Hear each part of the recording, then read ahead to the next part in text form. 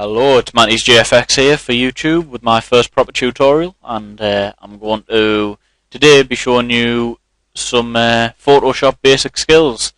The other programs that I showed you yesterday or on my last video, I'm going to be showing you. I'm going to be showing you how to use them at a later date. No, I don't. But today we're just going to We're going to focus on Photoshop CS4. CS3, 4 and 5 are pretty much the same.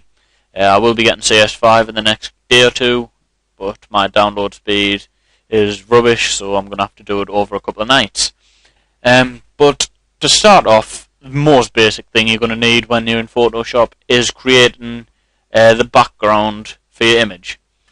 Well, not the background, the size of your image, which is very easily done. You just go into New, or you can even press Ctrl and N if you want to be quicker. And what you will all start out with is 16 by 11 centimeters. You want to straight off change that to pixels. All graphic designers work in pixels while on Photoshop, or at least pretty much 99.9% of them will.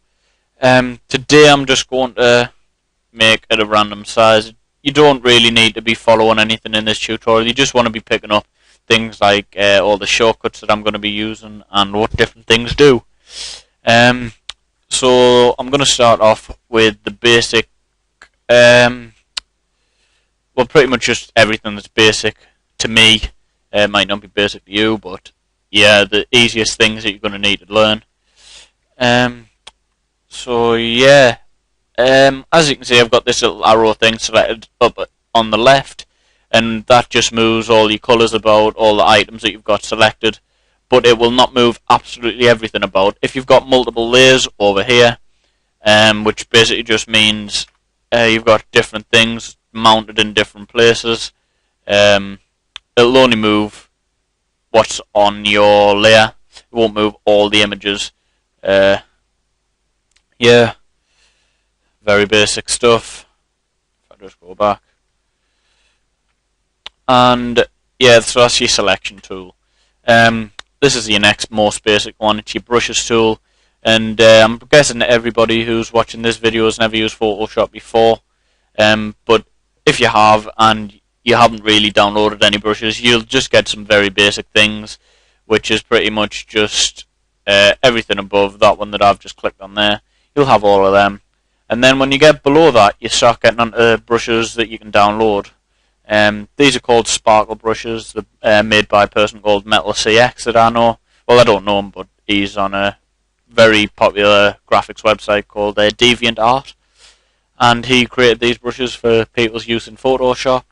And you can see they give a very, very nice effect. I think I've got a picture that I made with these brushes, if I can just find them. No, not that one. Be in my finished folder. And if I can find them, there's a good one. Made this one for a website forum that I'm on, and you can see all like the blue and the white. That's all done with these brushes here. And then just add a sharpened layer on top. But you can see the effect it gives off. The orange bits aren't the brushes, by the way. They're just smudging from Tiny Temper. Just close that. So yeah, they're your brushes. And the next thing that a lot of you are going to be using quite often are your eraser, which is this one here on the left. And that just, as you can probably guess, rubs things out. Next down from that is your fill bucket, which will fill the entire area in your selected colour, which you can select from down at the bottom left. This one here is your foreground, this one here is your background. You want to be working with your foreground most of the time, but as you can see there, just fills the picture. And then you can add your brushes on top if you really wanted to, like that. Don't worry, that looks horrible. I'm really not that bad. But yeah, the next thing you want to move on to from your paint bucket fill is probably the text tool. The one above the text tool is important-ish, depending on what you're going to be doing. Basic things with the pen tool are what I do, but I don't know much advanced stuff. But under the pen tool you find the text tool here, which as you can guess, writes your text. This up here is all your options for whatever you've got selected on the side. As you can see, that's my font there. Your fonts are quite important. You will need to download some different fonts.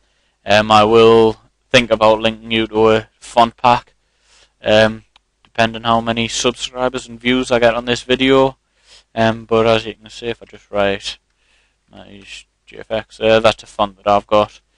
Make it bigger, and you can see it's quite a nice font. It's what I use for my background down here, where it says simple. Yeah, as you can see, my background is quite simple. I will be making a more advanced one in the future, but for now I'll just stick with my nice, easy one. So yeah, that's your text tool there, and you can change all your text options up here. Everything that you could ever need, and your text color, your font.